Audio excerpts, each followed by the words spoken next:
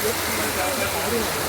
Exercise ഓരോ നമ്മൾ സയൻറ്റിഫിക്കായിട്ട് പറഞ്ഞാൽ ആ സൂക്ഷ്മമായ ഒരു രീതിയിൽ ചെയ്യണം. ഓരോ ശരീരത്തിൻ്റെ സാധനങ്ങൾക്കും നമ്മൾ ചെയ്യുന്നുണ്ടല്ലോ, നമ്മൾ ഓരോ അവയവങ്ങൾക്കും നമ്മൾ എക്സസൈസ് ചെയ്യുന്നുണ്ട്. ഇതൊക്കെ നമ്മളാണ് സൂര്യൻ. അപ്പോൾ സൂര്യൻ ആണ് നമ്മുടെ ഊർജത്തിൻ്റെ അടിസ്ഥാനം. അതിൻ്റെ അടിസ്ഥാനത്തിൽ അത് നമ്മൾ പൂർണ്ണമായിട്ട് ആഗിരണം ചെയ്യണം. ഇന്ന് പറഞ്ഞതുപോലെ സൂര്യനെ നോക്കുമ്പോൾ ഒരു സൂര്യനെ കാണുന്നത് ആ മനസ്സാണ് ചെയ്യുമ്പോഴുള്ള അവസ്ഥ. ഇന്ന് ഞാൻ ചെയ്തുകൊണ്ടിരുന്നത് ഭയങ്കര ഉപദ്രവമാണ് ഈച്ച വന്ന് എല്ലാവർക്കും കഴിയില്ല. ഇങ്ങനെയൊക്കെ ചെയ്യും ആദ്യം. അത് കഴിഞ്ഞിട്ട് ഞാൻ ഇങ്ങനെ വിചാരിച്ചു, എന്തിനെല്ലാം സർവ്വകരാചരങ്ങളോടും നമ്മൾ ആവശ്യപ്പെട്ടിട്ടല്ല, അവരുടെ അനുഗ്രഹം തേടിച്ച് ഈച്ച എന്തിനാണ് സർവ്വകരാചരങ്ങൾ കല്ലിനോട് വേണ്ടിയിട്ടാണ് എന്ന് ഞാനിങ്ങനെ മനസ്സിൽ ഉറപ്പിച്ച് അങ്ങനെ എന്തെങ്കിലും ഈച്ച വരുന്നത്. അത് അച്ഛനാണ്. ഇതെന്താണെന്ന് എനിക്ക് അറിഞ്ഞൂടാ. മനസ്സിൽ ഉറപ്പിച്ച് എൻ്റെ മനസ്സിൻ്റെ കുഴപ്പമാണ്, അത് നന്മയാണോ എന്നറിഞ്ഞൂടാ. പക്ഷേ പിന്നെ ഞാൻ അനങ്ങിയിട്ടില്ല. അത് എത്ര വന്നാലും കുറച്ചു നേരം കൂടെ വന്നു, പിന്നെ വരാതിരിക്കും. അപ്പോൾ അത് ഇതൊക്കെ നമുക്ക് അറിയില്ലാത്ത ഒരുപാട് ശക്തികളില്ല. അതിനെ നമുക്ക് ഇന്നത്ര ഉൾക്കൊള്ളാൻ ഒരു അതാണ് യോഗ എന്ന് പറയുന്നത്. അപ്പോൾ നമ്മളൊരു വരുമ്പോൾ തന്നെ ഒരു ശകലം ക്വയറ്റ് ഡൗൺ ചെയ്യും. അതാണ് ഇതൊരു എന്താ പറയുക, ഇതൊക്കെ ഒരു സിമ്പിൾ പ്രണയമുള്ളത്. അത് ക്വയറ്റ് ഡൗൺ ചെയ്യാം. അതിനാണ്. അപ്പോൾ നമ്മൾ വരുമ്പോൾ തന്നെ നമുക്കൊരു ബ്രീത്തിങ് എക്സസൈസ് നമുക്ക് വരാവുന്നതാണ്. അപ്പോൾ പ്രിപ്പറേഷൻ വളരെ ആവശ്യമാണ്. പ്രിപ്പറേഷനോടുകൂടി ചെയ്തപ്പോൾ ഈ പ്രിപ്പറേഷനൊക്കെ ഓട്ടോമാറ്റിക് നമ്മൾ കിടന്ന് പാടുപെടുന്ന കാര്യമില്ല. ചെയ്തുകൊണ്ടിരിക്കുന്ന ഓട്ടോമാറ്റിക്കായിട്ട് നമ്മൾ മാറിക്കൊണ്ടിരിക്കും. മറ്റുള്ളവർക്ക് നമ്മൾ ഈ ഒരു ആറാന്ന് പറയത്തില്ല, ഒരു ചുറ്റുമുള്ള എല്ലാവർക്കും ഉണ്ടല്ലോ. നമുക്കത് തിരിയുന്നുണ്ട്. മറ്റുള്ളവർക്കറിയാം, മറ്റുള്ളവർക്കത് കണ്ടാൽ ഉണ്ടല്ലോ,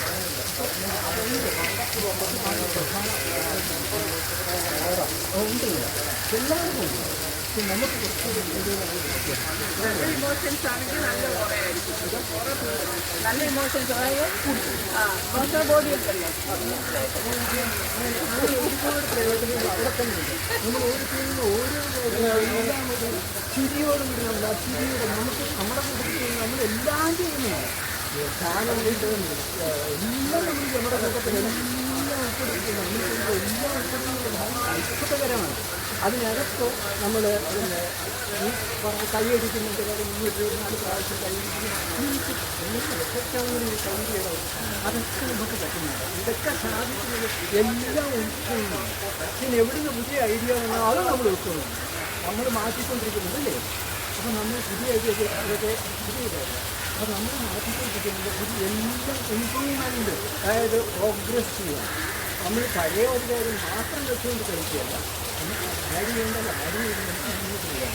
അപ്പോൾ അതിൻ്റെ ഒരു രസം നമുക്ക് ഹരിയുടെ ഇടയിൽ കാണിക്കുന്നു. അതിനൊരു ചിരിക്കാനുള്ള ഒരു ആ രീതിയിൽ എടുത്തു കഴിഞ്ഞാൽ ഇത് എത്ര നന്നായിരിക്കും. അപ്പോൾ അതുകൊണ്ട് എല്ലാം കൊണ്ടും നന്നായിട്ട് തന്നെ പോകുന്നത്.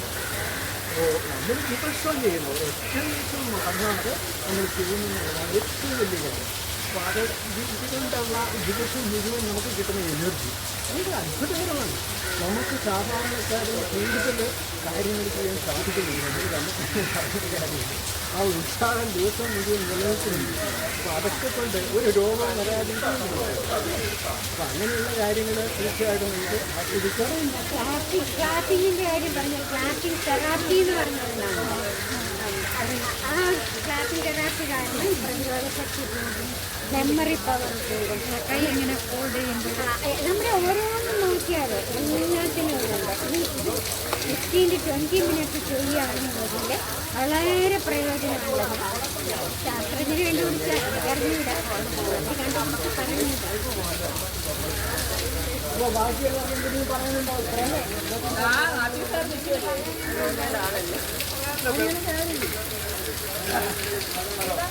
മാത്യു സാർ പറയും. ഇങ്ങനെ പറഞ്ഞാൽ തീരത്തില്ല. അത്രമാത്രം അതിൻ്റെ ബെനിഫിറ്റ്സ് നമുക്ക് എല്ലാവർക്കും അറിയാവുന്നതാണ്.